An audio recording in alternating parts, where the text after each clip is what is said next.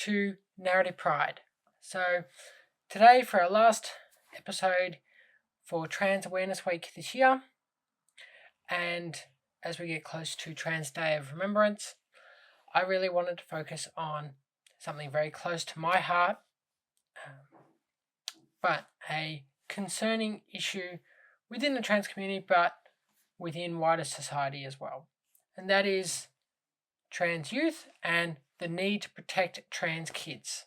And I'm talking here both from the position of a parent who, wishes to always protect their child and wants the best for my child and wants them to grow up in a happy and safe environment, but also as a teacher who has been working with a very diverse range of students for more than 11 years, including multiple students who identify as trans or gender diverse, which have varying degrees of support. So I have my own personal experience in this field.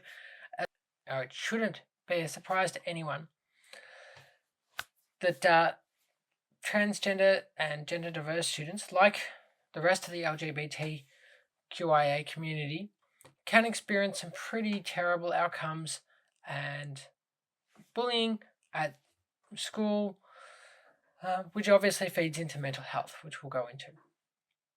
So particularly, the data that we do have, a lot of it comes out of the States. They do a lot of good surveys, have a big population, but I'll be referencing studies from Australia and the UK as well.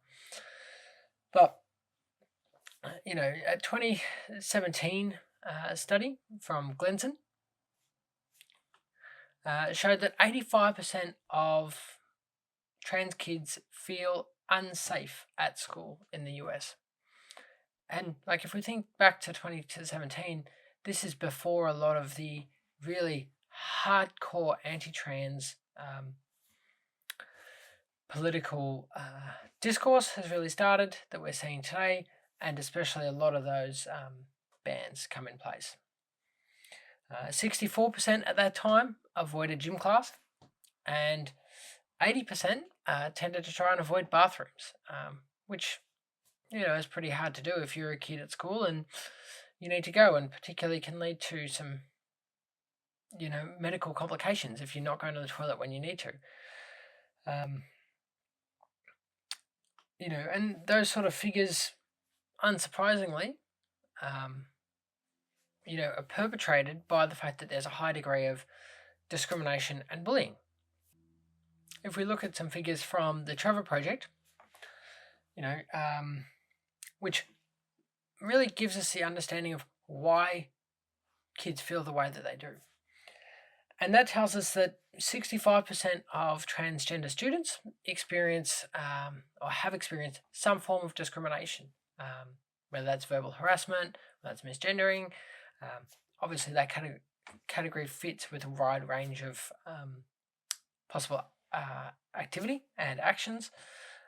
But, as a result of that, they don't feel safe. Even if they haven't experienced that sort of discrimination, they may have seen it, they are at least aware of the possibility, and therefore they don't feel safe. What is really alarming is that 28% of that have experienced physical threats or physical harm directed at them because they are transgender or gender diverse. And the impact of that environment is really poor mental health.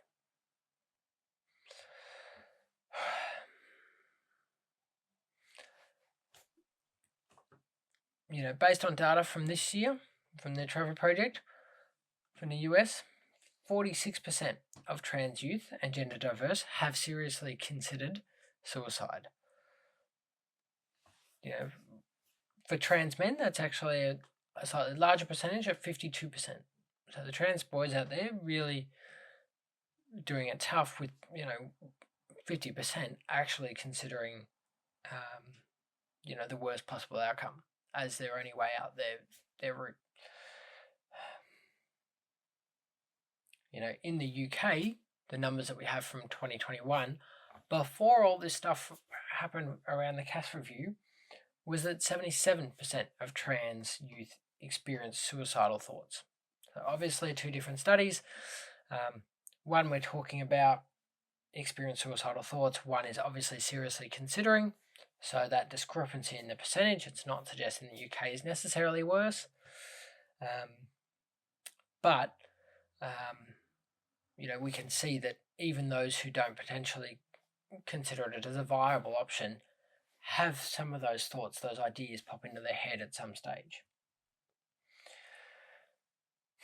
In 2017 in the UK, we have stats that suggest that 80% of transgender youth self-harmed and 40% actually attempted suicide. So, we can see that correlation from the 2 sets of statistics from the UK that suggests it's fairly similar to the US. And realistically, I could probably rattle off more stats from Australia, from New Zealand, from every country under the sun, and they're all going to tell us a very similar picture.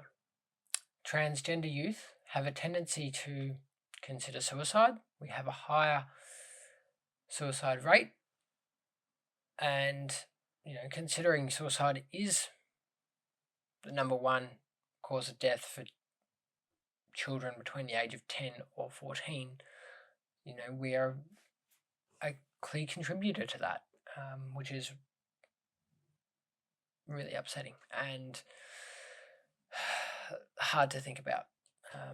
Having taught students that age myself on a regular basis throughout my career, to think about them doing it that tough and considering those outcomes is pretty hard. So actually understanding that and, being able to imagine some of those kids that I know, that I've had the pleasure to teach, does make it feel really quite real in some respects.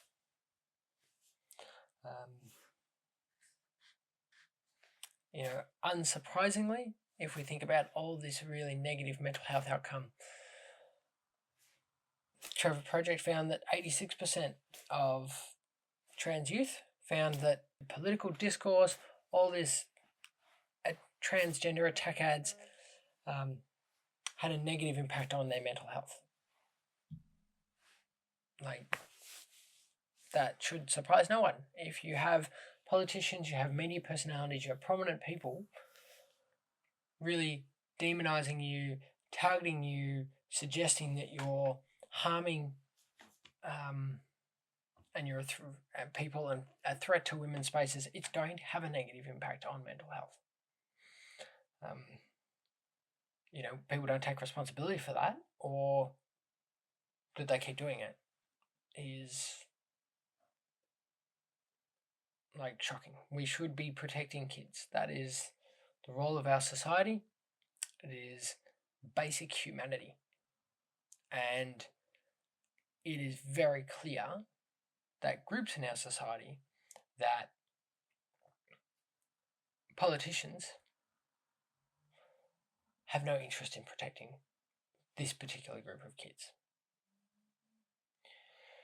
Now, of course, it doesn't just stop at anti-trans media representation, because we have bans. We obviously have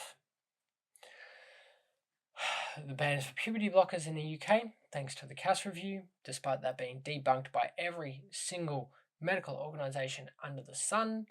Yale, evidence from Australia has come out and suggested that there is not sufficient evidence to support any sort of ban, and that gender affirming care in the form of puberty blockers is safe.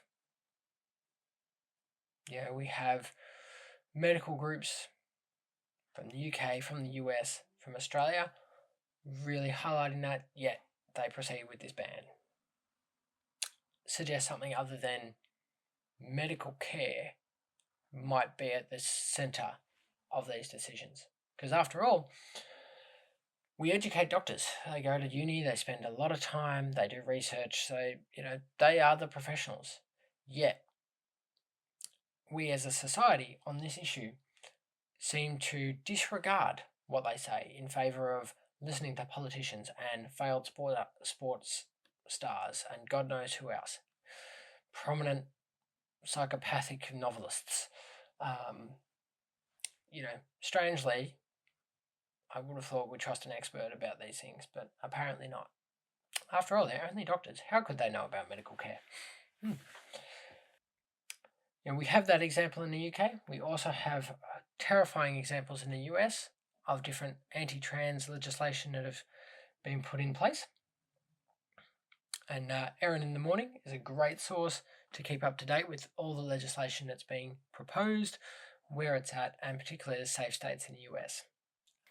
So currently in the US, 93% of trans youth live in a state with either an implemented ban of some sort, whether that's bathroom, use of affirming pronouns, or gender affirming care, or are in a state where that is proposed and is currently going through the legislature.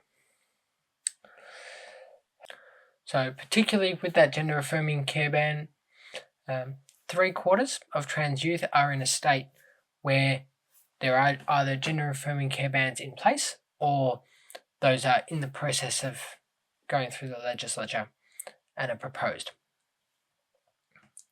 Now, particularly with all these bans, they're obviously going to have an increased effect on those terrible mental health statistics that I spoke about before. And particularly when we talk about bathroom bans, we know very clearly, we have quite a bit of data that it increases victimization and therefore increases suicide. So particularly for trans girls, they are 2.5 times more likely to be victims of assault as a result of these bathroom bans that are being implemented. The worst category is for non-binary students who were assigned female at birth. They face a 42% increase in victimization because of these bans. We only recently this year, and this is perfectly timed for Transgender Day of Remembrance, have the story of Nick Benedict. Obviously had the altercation in the school bathroom and then very sadly passed away. And it has been obviously a very prominent news story for us within the trans community. We've really tried to make people accountable and really make sure that Nick's story doesn't go unheard and that they get some sort of measure of justice. But those a lot of those stories probably don't get heard, don't get seen. So it is important that when we do have one that reaches the public consciousness, that we do highlight it, that we do try and provoke a change, that we do try and get justice, because it's a terrible thing to think that so many go unheard. But Nick's story really a result of this environment that's being nurtured and created in schools. 60% of trans youth living under these bathroom bans in their schools have considered suicide. But yet more bans keep getting implemented and keep going into the legislature. This doesn't protect anyone, it just causes harm. We have the evidence that tells us that it causes harm. So people are either ignoring this or they're perhaps getting what they want. And people who are supporting this without appropriate awareness, without looking at the statistics, or that potentially don't care because, I don't know anyone that's trans, it doesn't impact me, I'm voting for these people for different reasons. You need to wake up. You're killing people. You're causing serious mental harm and driving young people to commit suicide. And if you think that is okay because you want a cheaper fuel or some other rubbish that you're probably not going to get because the policy is stupid anyway, where's your moral compass? What is wrong with you? Even if you didn't believe these stats 100%, from the off chance, the possibility that they represent the truth, it's not worth a risk.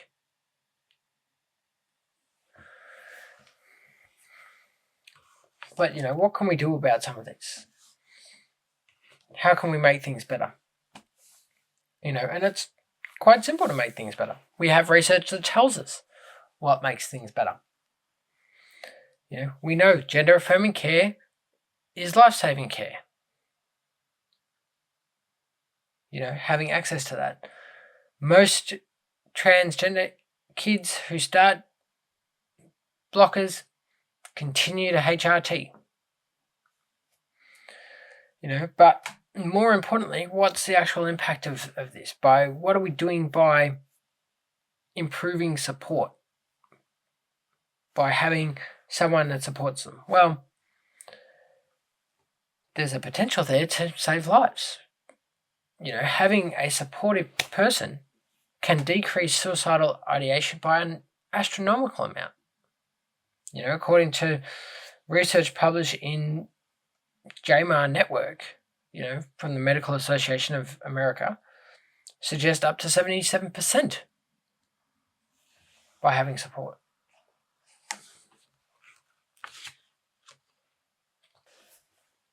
The Trevor Project has statistics that suggest that access to gender-neutral bathrooms, support from home, decreases suicide risk. Unfortunately, support from home isn't something that these kids can take for granted. Only 27% of transgender and gender diverse kids in the US can get support. And, those statistics are fairly similar for Australia. It's why 1 in 5 transgender kids and young people in Australia end up homeless because they don't have that supportive environment. There's potential for abuse, so they get the hell out of there and they end up on the street or in shelters. We also know it doesn't always have to be parents. We can all support trans youth. One supportive adult can reduce the risk of suicide and suicidal ideation in LGBTQIA+ individuals by 40%. That can be a teacher, be obviously a family friend, can be a parent, can be someone. But that makes a huge difference. By supporting one person that you may have actually saved their life. Having been in a couple of different schools, working with trans kids, I have dealt with students who are in a very supportive environment and just seeing them flourish, seeing them be themselves, seeing the joy, seeing them able to connect with their classmates without any fear, without repercussions, to be able to access gender affirming care, it is amazing. They are so alive and so engaged and just connected with those around them. It is so heartwarming to see those kids and to work with some of them at the moment. But I have also seen the complete opposite. I have dealt with trans students who don't have the support from home, who have very limited support, who can't necessarily tell their parents, who can't come out at school because they're afraid of harassment, bullying, victimisation, who are almost on a daily basis talking about things like self-harm and is perhaps the biggest struggle of my career, and one of the things that I have really struggled with as a teacher is really supporting those kids, because it is hard to hear, a 14-year-old student talk about those sort of things. But then also the fact that I know that by having me to talk to, by feeling connected, by having that support, it makes such a difference. Like, it might be the hardest moment of my career, but also the most rewarding. Because it has that impact. And I just wish more people and our society as a whole would choose to have that positive impact on these kids rather than terrorize them, making them afraid, making them feel that they have no way out, making their parents feel like they have to move states or potentially flee the country that they live in. There are a lot of people out there who are either apathetic, don't care, aren't aware. And that is why some of this has been allowed to occur. We need to start standing up for these kids, because they're just kids. They need support, they need protection, and they need us to do better. Stay tuned for something a bit more positive. But this is a message that needed to be said.